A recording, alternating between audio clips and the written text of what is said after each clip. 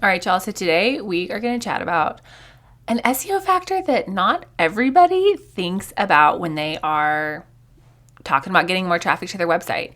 And that is the average time on page. And if you're like, what, Faith? I don't even know what that means.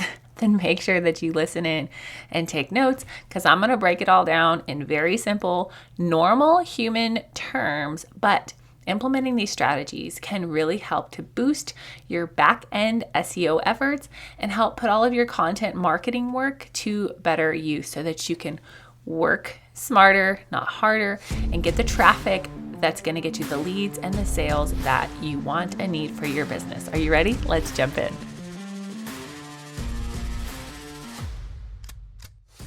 Hey there, fellow entrepreneur. Welcome to Simple SEO and Marketing. Do you want to grow your business with sustainable traffic sources? Have you heard about the power of search engine optimization and you want to take advantage of it to get more traffic, more eyeballs on your business? But when it comes down to it, does SEO feel complicated and hard to implement? Are you tired of wondering what in the heck to do with your website to get more traffic and more leads knocking on your door? What if I could tell you that there was a simple, proven system for using SEO, blogging, and copywriting to get leads from your website, and not just any leads, high converting leads. Hey, I'm Faith Hannon, wife, mama, copywriter, SEO strategist, and barrel racer. And for the last 8 years, I've been figuring out what works and what doesn't work in the world of online marketing to get organic traffic. And now I'm here to share all the things I'm learning in the trenches of SEO, copywriting, and content marketing. How does 300%, 500%, or even 12,000% more traffic in a year sound? What could your business do with that kind of traffic increase? How many more people could you help? So listen in and prepare to take notes. I'm about to drop simple, actionable SEO marketing and copywriting tips, all with a heavy dose of Jesus-loving encouragement. Let's get you more traffic and more leads so you can help more people with your God-given gifts. So when we're thinking about SEO and improving our websites so that we can get more website traffic and more leads from that traffic and ultimately more sales from that traffic, sometimes it's really easy to forget the little things and get caught up in the big shiny, ooh, this new tactic, this new thing. But I'm going to help you rein it in today because we're going to talk about how to increase dwell time or time on page for your website. So quick definition time. If you don't have my SEO terms cheat sheet, make sure you grab that. But here's a quick definition, okay? So there's some differences in terms, but we're going to use them interchangeably for the purposes of this podcast. Okay, so dwell time means the total time from when somebody clicks on a search engine result, like type something into Google, sees the result, they click on your page.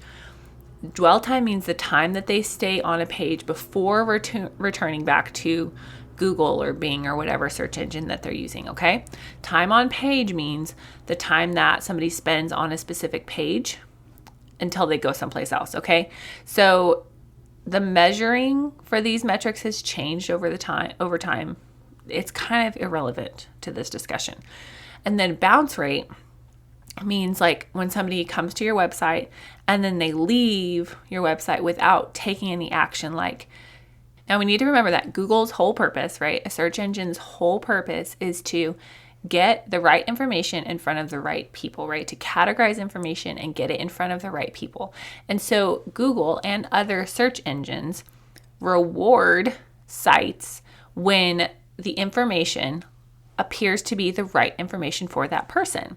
So what happens when somebody comes to your website or they search in Google or Bing or whatever and they see your blog post or your static website page and they click on it and then they click back to Google quickly? What that tells Google is, oh snap, this is not what they were looking for. Maybe this isn't valuable content, or maybe there's errors and it's a poor user experience.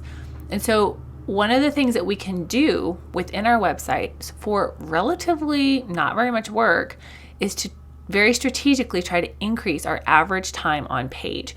Now, this is a metric that you can get inside of your Google Analytics in literally 2 seconds, okay? You can just go into the search bar up there in your Google Analytics and type in average time on page in whatever month you're looking up data for. And I actually do recommend tracking that because I want you to be able to see if your efforts are working or not, okay? But today I want to talk about just some really simple things that are pretty darn creative that you can do to help increase the average time on page, okay? And rather than split hairs between dwell time and time on page and bounce rate, like we're just going to talk about how to help somebody stay on your website longer once they find you, okay? Now, here are 8 creative tips to help increase your average time on page, okay? The number one tip is, I feel like one of the most obvious, and it's your page load time. Because if it takes a hot minute for all of the stuff on your website, your page to load, somebody's going to leave. They're just going to bounce. They're like, I ain't got time for this. This feels like dial up. Peace, deuce, I'm out, right? There's a lot of things that can go into page load time, and I'm not going to go into that a ton on this podcast, but think things like a small file size for your images, okay? Having tons of ads on a page can help, or can actually really hurt your page load time, okay? Having really big file sizes, having a ton of videos, right? Maybe even using like a poor website host. All of those things can negatively impact your page load time, but we're not going to go into that a ton, right?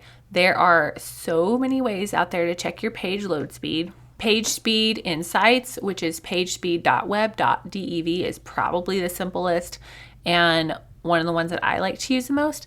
But again, we're not going to spend our whole lives talking about page load time today. The number 2 creative way for you to boost your time on page is your pop-up timing and ease of exit. Now, by ease of exit, I mean, how easy is it for somebody to get out of that dang pop-up? Now, the metrics are clear. Pop-ups do increase lead magnet sign up, right? Like, it's a thing. It's going to stay a thing. We're not going to get away from pop-ups.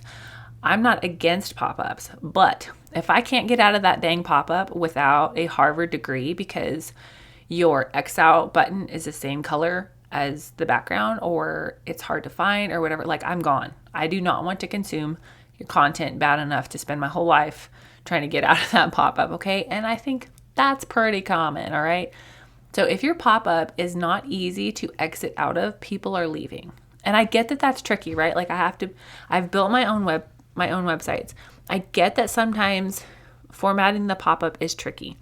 However, it can absolutely kill your time on page if it's hard to exit the pop-up, or it is really too soon in a user experience, like when a user enters your website, all right? Like, don't hit them in the face with a pop-up right away. Like, let them get a feel for the website and then bring the pop-up. Because if we're here to serve people and we're slapping them in the face with a pop-up that they can't get out of, that feels kind of shady McShady to me. I don't know about you. All right. The number 3 way that you can increase your time on page is this: to have a little mini table of contents towards the top of an article. So think about it like this. If you are writing an in-depth blog on sourdough and everything somebody needs to know about sourdough, chances of them needing every piece of that content all at once is kind of slim. They might be at the place where they're trying to get their sourdough bread to, rise a little higher or have a better score or whatever like that. And they don't actually need to know how to start their own sourdough starter. So what you can do to serve them better and keep them on the page longer is to hyperlink to the different sections of that blog. So maybe you have like 15 different sections because it's this super in-depth complete guide, and they can just click to the section that they want.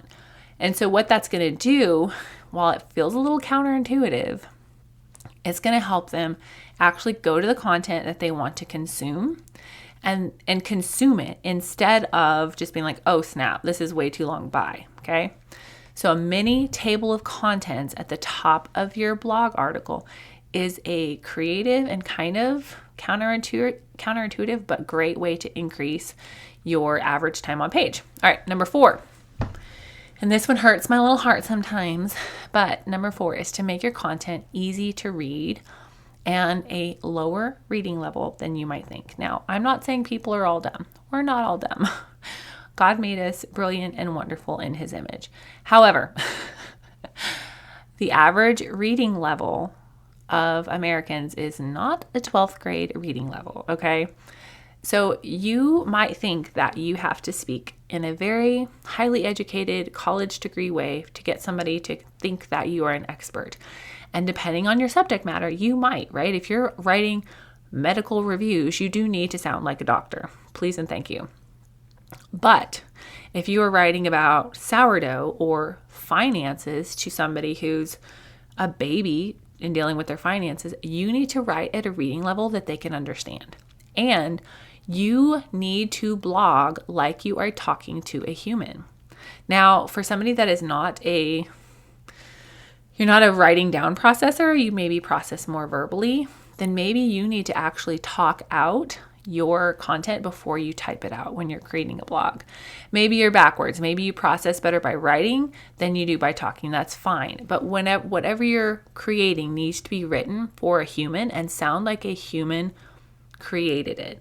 And this will really help you in so many ways, including your EEAT for your SEO purposes.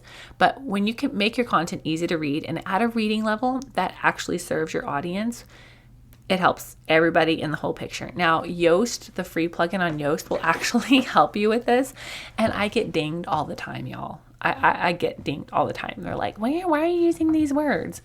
I get it. It's tricky, but you got to do it. Bring the reading level down a little bit. Okay, number 5, and this one is huge, is make your content easily scannable. Now, it's not that people don't read every word of anything, but very few people read every word of everything. All right. We scan content on the internet to pull out what we're looking for. All right. Make your content easily scannable. Use bullet points, y'all. Praise the Lord. Bullet points are allowed. They are allowed in blogging. Bless the Lord. All right. And also use your H2 and H3 text strategically. Yes, we need to have keywords in our H2 and H3 text, absolutely, but also use those how they're intended to be used, to break up different sections to help people find what they're looking for, okay? And number 6, and this is a big one, y'all, is don't try to manipulate or cheat on searcher intent. I actually did an entire podcast, episode number 202, all about why you should not try to cheat searcher intent. So go back and listen to that one if you're like, I need a little more help there. But here's a synopsis. Searcher intent is just simply what somebody is hoping to find when they type those words into Google. What's going to solve their problem? And if you're trying to cheat that because you're like, ooh, this word has 3 times as many searches per month and I want to get found more. When somebody clicks on your page with that, maybe a bigger keyword, somebody clicks over to your page for that, they're just going to click right back, which dings your average time on page and hurts your SEO. So do not try to cheat searcher intent, all right? Now, tip number 7 is I want you to experiment with video. This is not something that we're implementing yet, but I kind of want to experiment with videos embedded within your blog posts. Now, you're going to have to make sure that file sizes are not too large, that everything starts playing at the right time, the page load time is not impacted negatively. But having something to watch or look at or catch your eye visually when somebody comes on a page typically does help time on page, as long as it doesn't negatively impact load time and it actually flows with the content, okay? And tip number 8 is this: make sure you're linking to other relevant content. I want you to think through where somebody is within their customer journey, within their buying journey, when they're coming to this piece of content, and link accordingly. Yes, you could have things set up so that they link automatically to different blog posts or promote other blog posts, but as a human who is smarter than a 5th grader and smarter than a computer, you should know your content well enough to know, oh, I have this post or this post or this post.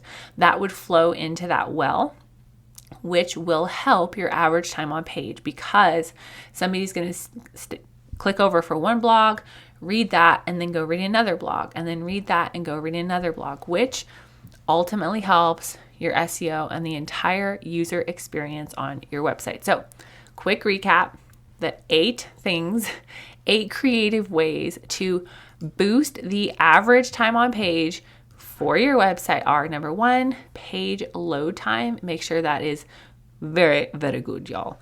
Number 2, pop-up timing and ease of exit. Don't hit people in the face with a pop-up and then make it impossible for them to leave because they gone. Number 3, mini table of contents at the top of each article, hyperlinked to different sections in the blog. Number 4, make your content easy to read and at a reading level that suits your audience.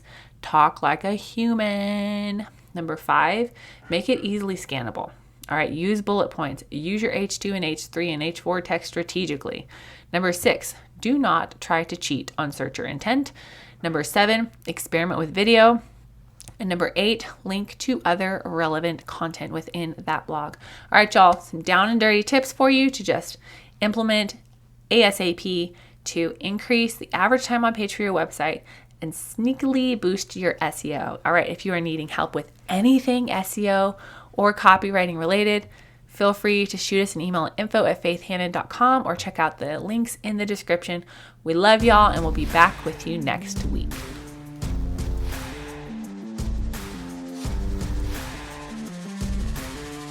Thank you so much for listening in today. Hopefully this episode gave you some really tangible tips for better SEO and marketing to get more leads and more sales from your website. If it did, can I ask you a quick favor?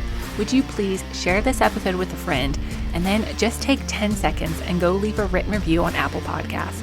That is the very best way to help more Jesus-loving entrepreneurs scale their businesses so that they can help more people with their gifts and make an even bigger impact for the kingdom of God. And guess what? We now have a Facebook community where we can learn, hang out, and laugh. Go join the Facebook group now. It's linked in the show notes. And all the other things, courses, coaching, and copywriting can be found at my website, faithhannon.com. Until next time, God bless, and I'll talk to you soon.